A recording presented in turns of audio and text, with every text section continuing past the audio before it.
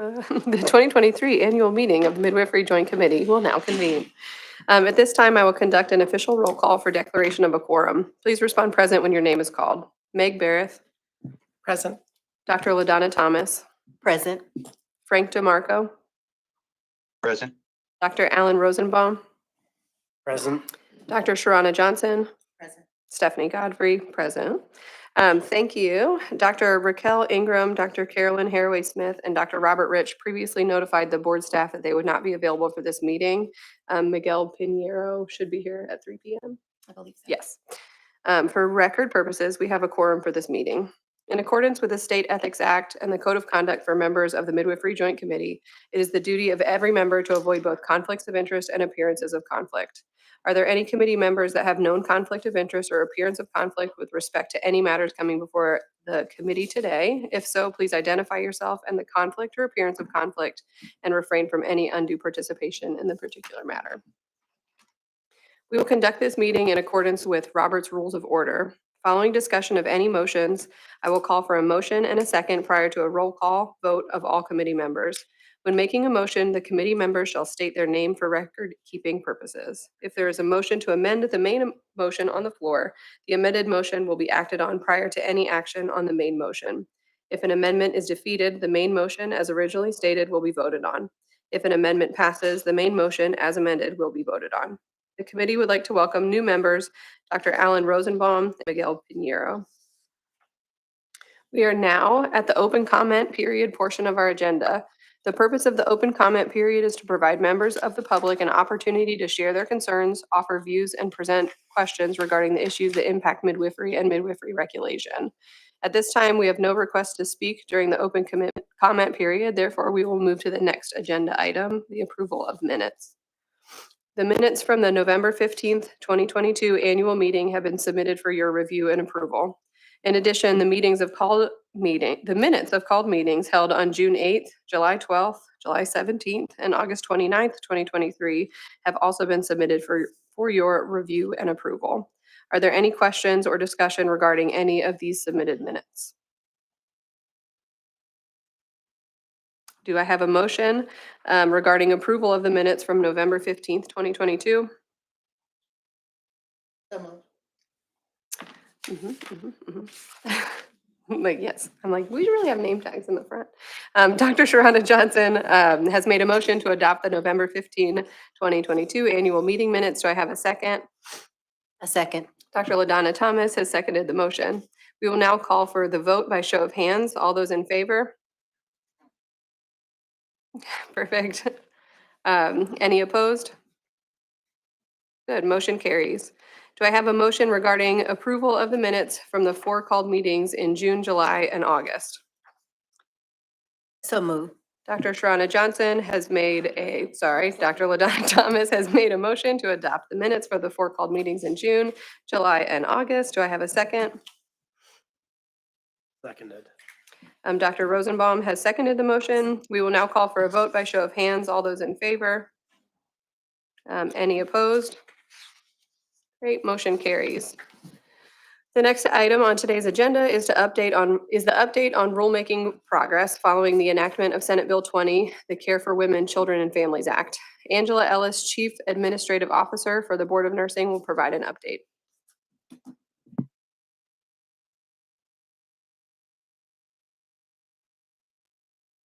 Okay, thank you. First, I'd like to say thank you to the Midwifery Joint Committee. We had several called meetings over the summer in working with the temporary rules, and we appreciate the time that you spent in getting those enacted. Today, I'm coming before you to give you an update as well as make a recommendation regarding permanent rulemaking. So, as a reminder, on May 16th of this year, Senate Bill 20, Care for Women, Children, and Families Act was enacted. Subsequently, Senate Bill 389, Technical Changes to the Midwifery Statutes was enacted, which granted MJC the authority to adopt, amend, and repeal rules necessary to administer the provisions of Senate Bill 20. The temporary rules were approved and entered into the Administrative Code on October 1st, 2023. So in accordance with that, when a temporary rule is entered into the code, it expires 270 days from the date the temporary rule was published in the North Carolina Register, unless the permanent rule adopted to replace the temporary rule has been submitted to the commission. So as it stands right now, the temporary rules are in effect until June 26th of 2024, or until this committee approves and directs staff to proceed with rulemaking, permanent rulemaking. So based on the work that we did with the rules review attorney related to the temporary rules, and also the identification of additional rules that will need to be put into the chapter, we are requesting that the Midwifery Joint Committee today approve a timeline for permanent rulemaking. So that timeline is from currently November to February of 2024. The staff will review Chapter 23 in detail for further recommendations for adoption, amendment, or repeal. This gives staff more time to go into an in-depth review to make sure that once the rules are entered into the code, they are where they need to be. And because we have been granted the authority to do that under Senate Bill 389, this is the time for us to make sure that the code is solid. So we are requesting that sometime in March 2024 would be a called meeting of this committee to receive those recommendations. We would begin rulemaking process for the permanent rules in April. Just a reminder, the temporary rules are in effect until permanent rules replace them. Because we would start the rulemaking process in April, which is prior to the temporary rules for June, we would be in compliance with rules and could proceed with the rulemaking.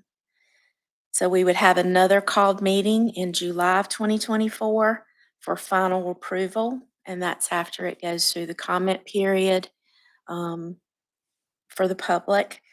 The earliest effective date for the permanent rules would then be September 1st of 2024.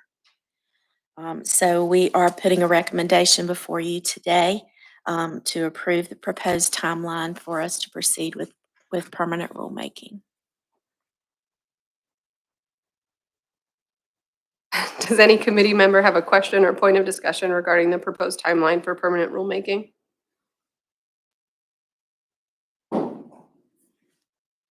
Do I have a motion to approve the permanent rulemaking timeline as proposed by the Board of Nursing staff?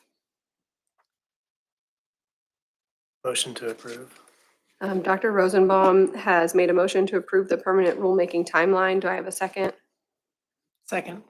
Meg Barrett has seconded the motion. We will now call for a vote by show of hands. All those in favor? Any opposed? Motion carries. Thank you. For your own review, the next agenda item is the listing of certified nurse midwives approved between November 1st, 2022 and October 31st, 2023.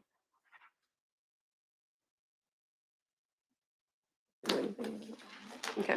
At this time, we will proceed with a summary of activities. Meredith Pears, Director of Legal for the Board of Nursing, will present the disciplinary action report for informational purposes and is available should you have any questions. Thank you, Ms. Godfrey. I did want to add on to the statistics for approval to practice. As of this afternoon, we have 51 certified nurse midwives with independent approval to practice. Of that number, it was approximately 30 within the past week, so there's been a significant uptick. We also have 2 midwives in the official refresher program. That's authorized under the new rules, and 3 others have contacted the Board of Nursing to discuss what that entails. So we've seen the work that you guys have been doing is actually happening in real time, which is great to see. Of the 51 certified nurse midwives, do you guys have any data as to if they were all geographically located in North Carolina, or were there some that have come to North Carolina because of this rule? I don't have that today for you, but I certainly can get with our computer person to get that number for you if that's possible and report back. Thank you.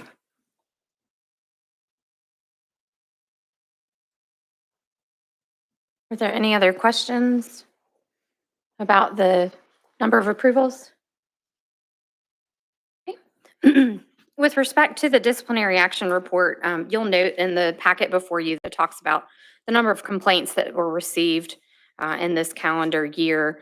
We have been able to close several of those cases. 8 investigations remain open, and those numbers are for you in the packet. I would also note for planning purposes for 2024, there is one matter where the licensee has failed to respond, so we will be having a scheduled hearing, and you'll be contacted that by board staff to schedule at a time most convenient for the committee. And she currently is expired, so she doesn't have an active approval to practice and will not be eligible for one until this is resolved. Are there any questions regarding the disciplinary action report? Thank you. Thank you, Ms. Paris. Gail Bellamy, Chief Financial Officer for the Board of Nursing, will now present the financial report for your information.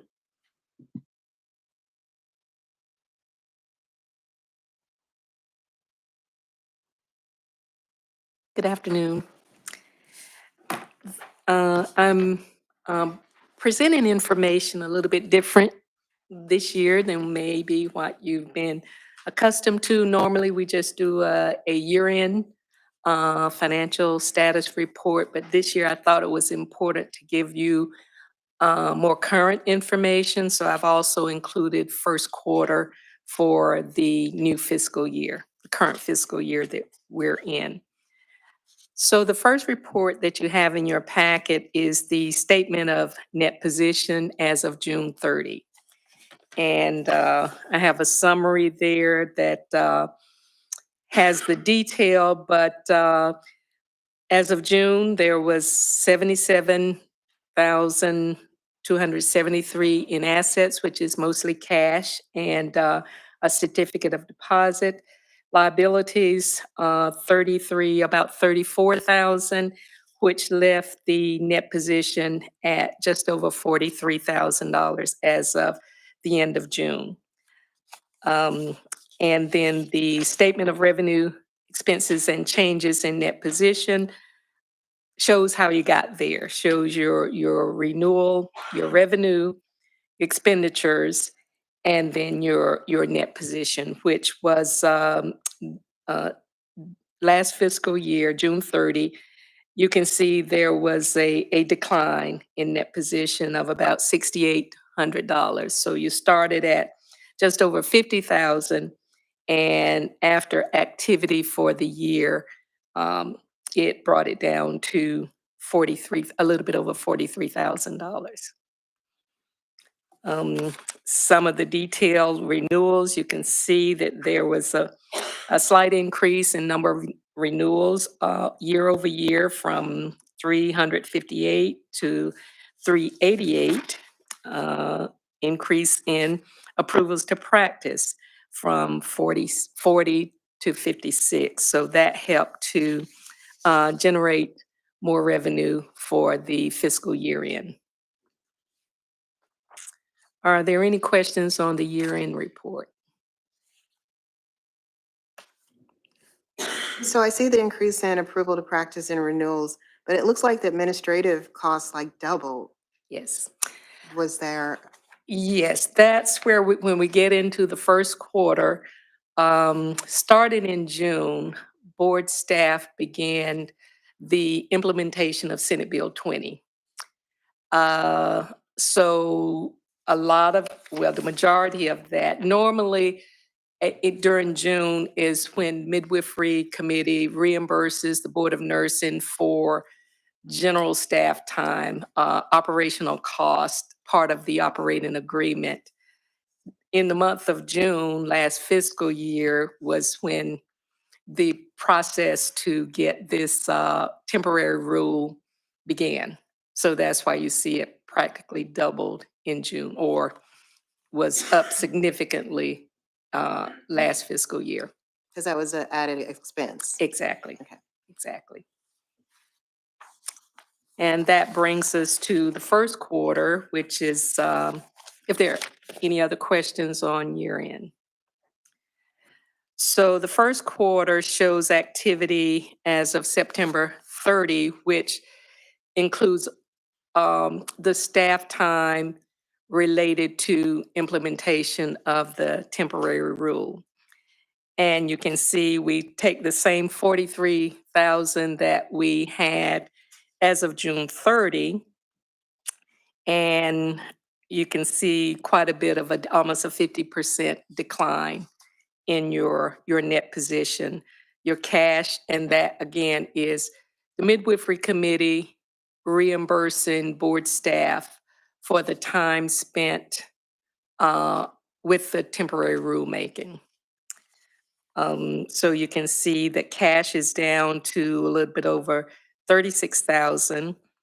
The liabilities, which is the amount that is owed to North Carolina Board of Nursing, a little bit over 14.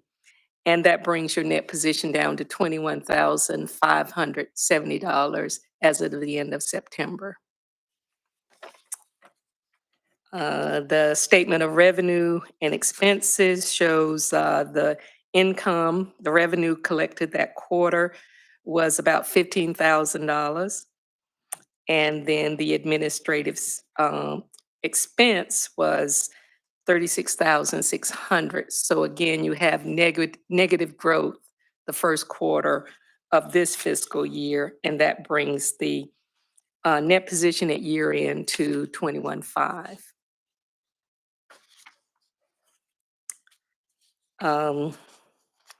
Generally,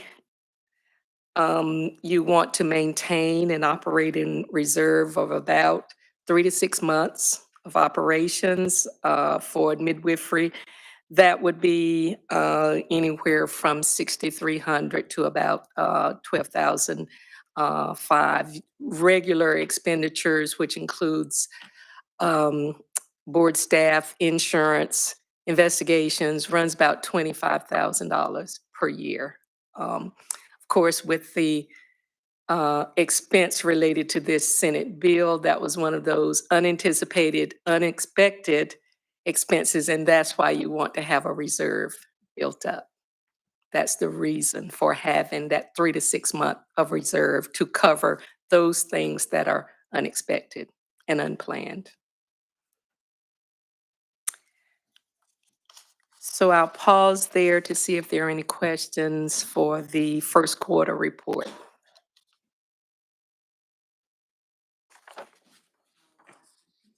So you said the 3 to 6 month of operation would be how much? What would be the estimate of what that should be total? The range would be 6,300, which would be the equivalent of 3 months versus around 12,005, which would be a 6 month, almost half a year of an operating reserve that you should, for a healthy financial status, would be where you would want your reserve to be.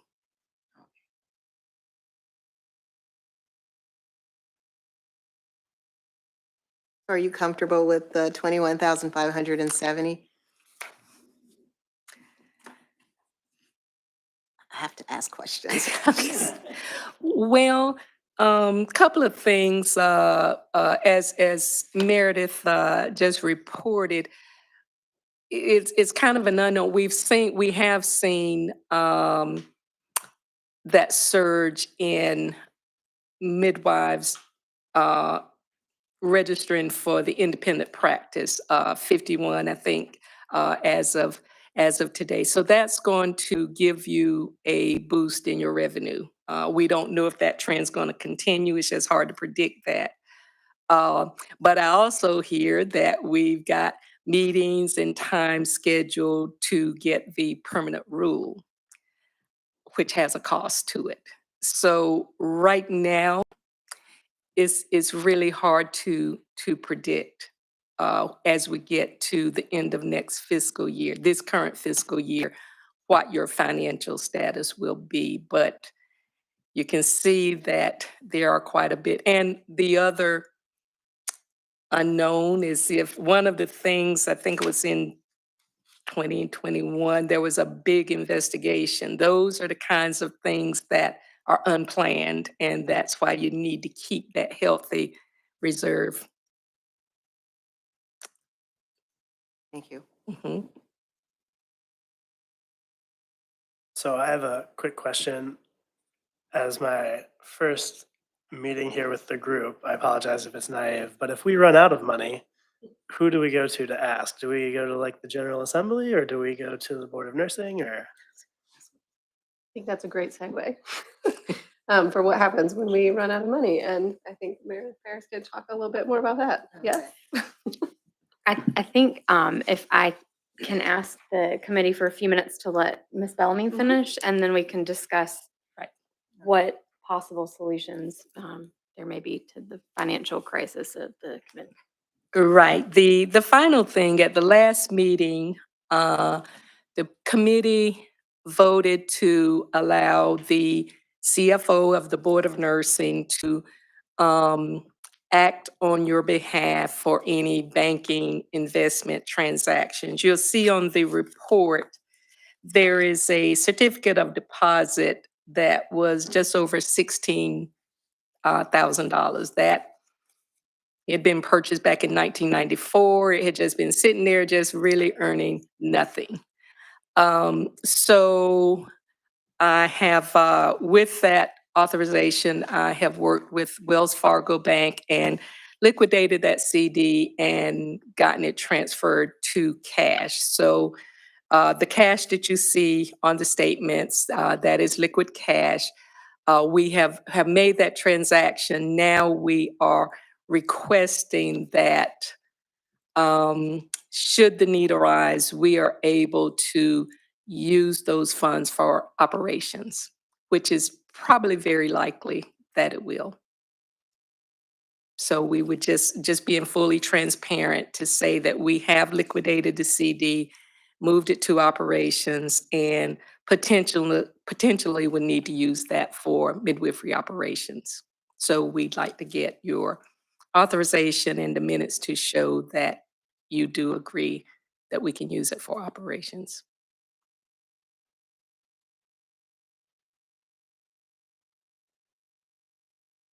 Thank you, Ms. Bellamy. Do I have a motion to disperse the remaining funds from the CD to maintain operations?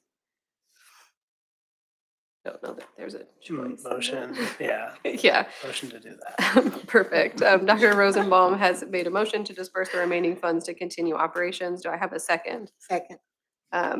Dr. Sharada Johnson has seconded the motion. If there's not any further discussion, we will now call for a vote. All those in favor? All those opposed? Motion carries.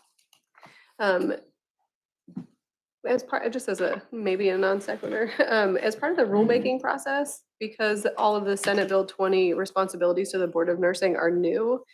I know we had talked about, like, where does all of our revenue come from? And it only comes from approvals to practice. Is that an option to write that into temporary rules or the permanent rulemaking process to increase dues? Or that is a whole different process? That would have to go through the legislature, different whole different process. Right. process. And there's no other revenue, right? Like, that's it. You are correct. Okay. Right. Can't find those. I can assure you that Miss Bellamy would have knowledge of those because she stays on top of all of it. That is a good question that you all bring up, and one that we have been discussing as this meeting was coming to today. I can tell you that I've reached out to my colleagues, I've reached out to Dr. Catherine Moore to see if there's legislative activity that would address a board running out of finances, and I've not been able to come up with another board that's met this same circumstance. So you have a couple of different options, and I would urge you to discuss this fully. One is to go under another board, if that's what you choose to do. You would then have to ask the other board if they would be willing to take you as a committee on. The other would be to go to the legislature and they put us where you want us, which is another option. those are the two kind of pathways that I see. But again, this is your decision to make, and I'm happy to research more. But that's what we've seen, because it's not been a situation that other boards have encountered. And are those solutions that we only explore in the event that we run out of money, or is that something that we can do proactively? Well, I would urge you to think about it proactively, and I think the numbers speak for themselves. As Ms. Bellamy has presented, the rulemaking portion is significant, and that was for temporary rules. You guys met a lot. You did a lot of great work. When we presented those temporary rules, we were told that this would work for temporary, but that we still have some more work to do to get them in permanent rulemaking shape. That's part of the reason that we've asked for a little extra time, because we'd like to make sure that we're as thorough as possible so that we are capturing these unexpected issues that arise. With that, however, is more research, more time, more staff involvement. So you are still going to have a significant amount of expenses to pay towards that implementation. That again assumes that the investigations don't see an uptick as well, and that's an X factor no one can predict. Hearing, cost you guys have not had to face before, because you've not run into that situation, but that is something that you'll have to foresee. So looking at the numbers, I think this is something that you're going to be faced with before the fiscal year ends, and would encourage you to discuss that proactively today, or at least have that on the forefront, and can discuss it more as needed. But I certainly think, since you all are here today, it's a good start to the conversation. So it seems kind of like the most logical thing that happens next is we talk to the Board of Nursing about the Board of Nursing. I don't know the right vocabulary for it, but like absorbing the Midwifery Joint Committee. If you've been doing, the Board of Nursing has essentially taken up all of this labor anyway. So I think you as a committee would have to discuss if that's the avenue you want to take, or if there's a different board that you'd like to explore. If that's the case, I would urge you to talk through that, and if there's following discussion and motion to be made, whatever board would have to be contacted on behalf of the committee to consider that option. So could you share maybe hypothetically what the pros and cons would be of going under the Board of Nursing? I can. I am, and I've expressed this to Ms. Godfrey. It makes me a little uncomfortable, because I am providing advice to you as a committee, but I also am an employee of the Board of Nursing. So I want to make sure that you're comfortable hearing that. To me, the pros are pretty endless. We already have a pulse, a reading on your finances. We know what you expend. We know what it's going to cost to take you on. Quite frankly, we do a lot of the administrative services that might not be captured in the day-to-day budget, because that's what we do as part of the memorandum of understanding. We already do the investigations. We're familiar with the laws, and it's tied into the RN license. So all of those are positives and make sense. I do think that the Board of Nursing would be welcome to that position. Moving towards independent practice is another reason to go under the Board of Nursing, again, because it's nursing regulation. Cons, I don't see any at the moment, but I think financially, wherever you look, you're going to have, the boards are going to be able to see that you're not going to be operating in the red a lot, or in the black a lot. So I think whatever board takes you on is going to have to recognize that some of the work will be done gratis. And since part of the Board of Nursing does that through the approvals and handles the licensure issue, you're already in a good position to move under the Board of Nursing, because we already handle the licensure stuff. So you're not transferring to a different licensure system, because that again is something that was built in with Senate Bill 20, is relooking at the applications for independent approval and what that looked like and implementing those changes. So can you give a historical perspective of why the why it was separate anyway historically? I don't have that information for you, but I certainly can get it for you in another time. It was created by the legislature. It was the committee itself builds off the joint subcommittee and adds the additional members, the midwives and the obstetricians. I don't know when or why that was created, but that's something we certainly can research and bring back to the committee. That it did not originate under the Board of Nursing anyway, just.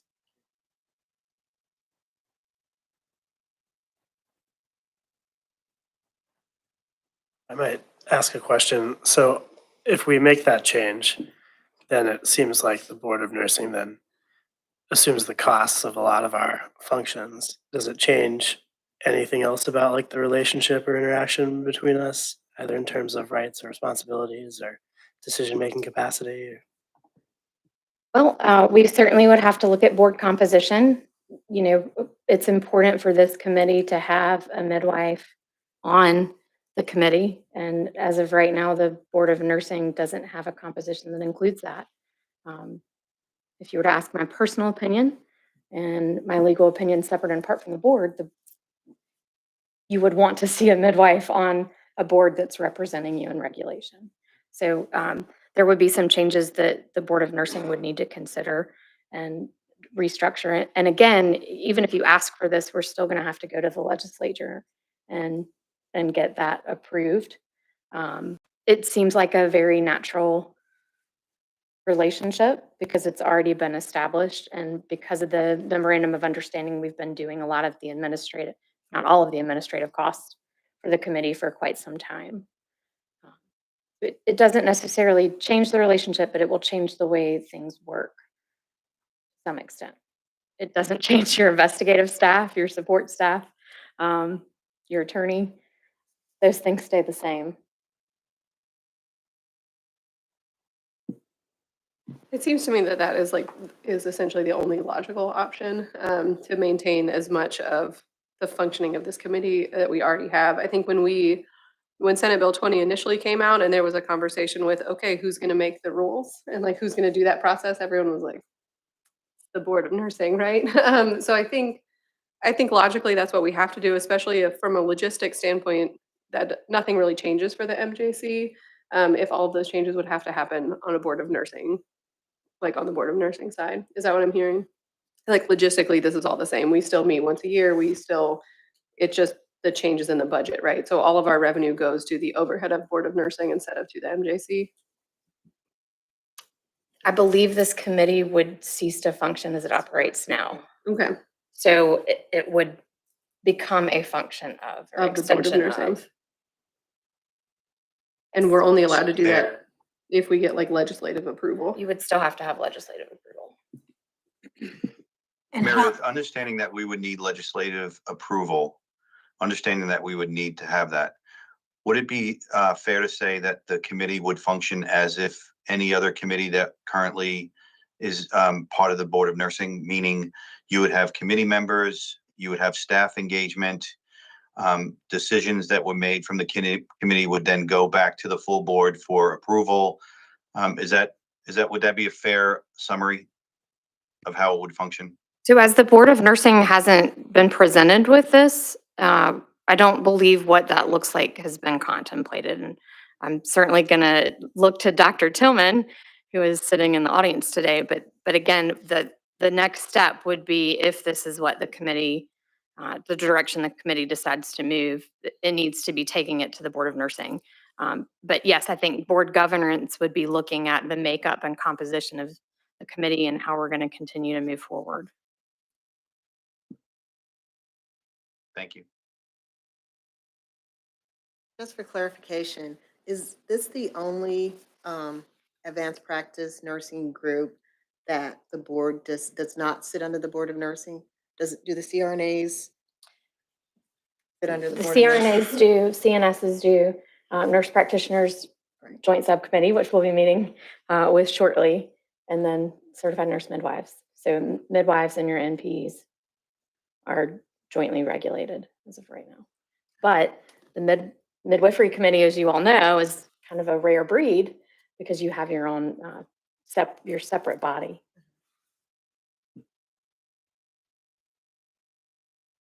So if this decision was made, how long is that process?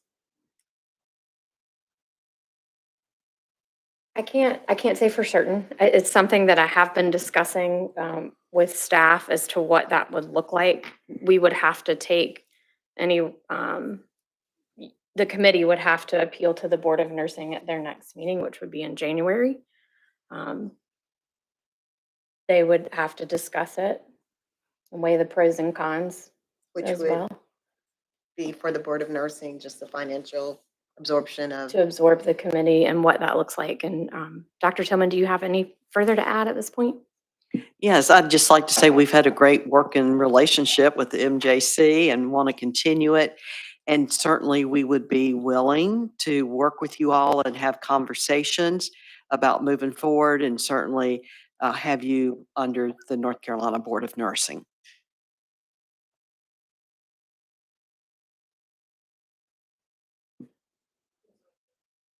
So what's the next step for this? So Dr. We- Tillman can say that, Yeah. right? I can't speak for Sure. for her. And again, I want to be neutral for you guys here and recognize that. Your next step today would be, if that is the route that you would like to take, you would look to a motion to vote on that, to vote to take it to the Board of Nursing if that's the pathway that you would choose. And then the Board of Nursing would you'd present it to the Board of Nursing at their January meeting. And then we would move forward from there. And as Dr. Tillman said, the benefits are kind of right there as they have been all along. But it still will have to be approved by the legislature, which of course their timeframe is unknown to us. But we would be working on it with our chief legislative officer as well. You had mentioned that one downside would be that there's not currently a midwife that would represent midwifery, and is that something that could be addressed in this, or? Yeah, I certainly think, if you had to have legislative approval at that time, that's when you would ask for a change in the composition of the board to have a CNM added to the NCBON board, because you want that voice that you have. Now, we have one APRN seat that can be a nurse practitioner, CNS, CNM, but right now, Dr. Thomas has that seat as a nurse practitioner. So perhaps it would be an APRN in addition to a CNM. Given the changes to being independent practice, it seems that with the changes to us being independent practice, it would seem that would make sense.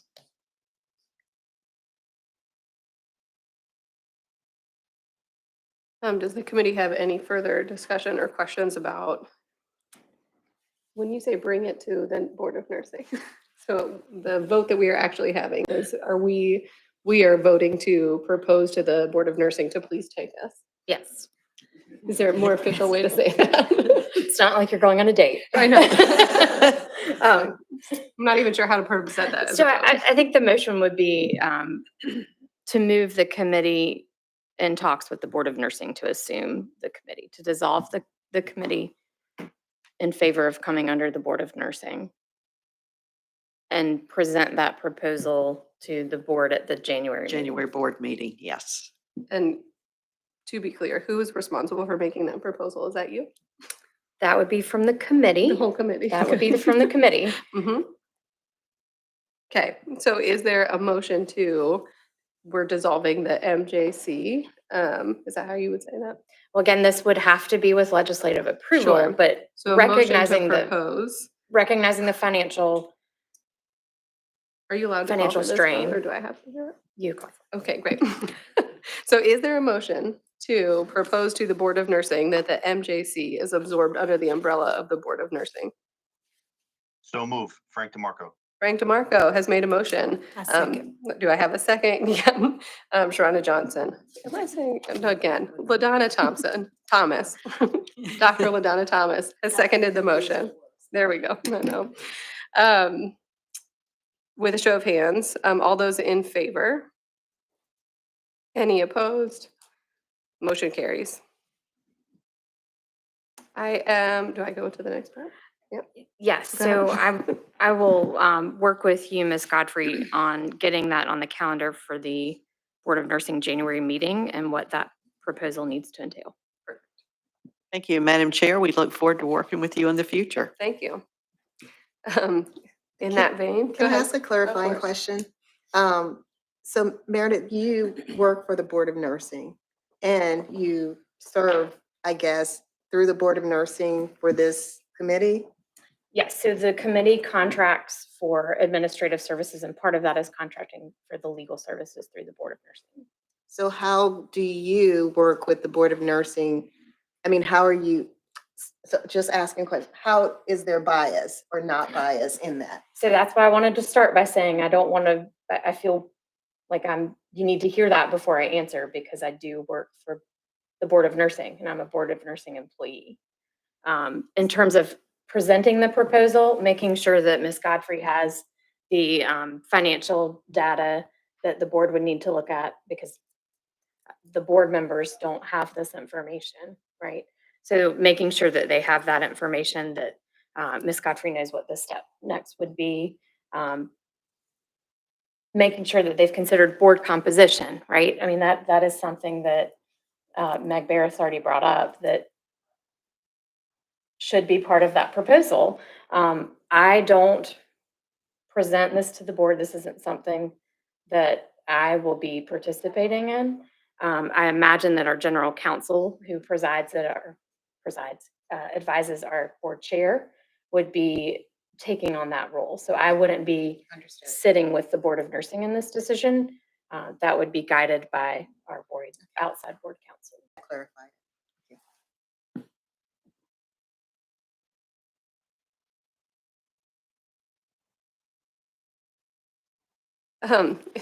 In that note, I'm happy to announce I've been reappointed to the Midwifery Joint Committee for 2024 and 2025 so that I may continue to serve as chair. As the elections were held at the last annual meeting, there is no need to hold an election this year.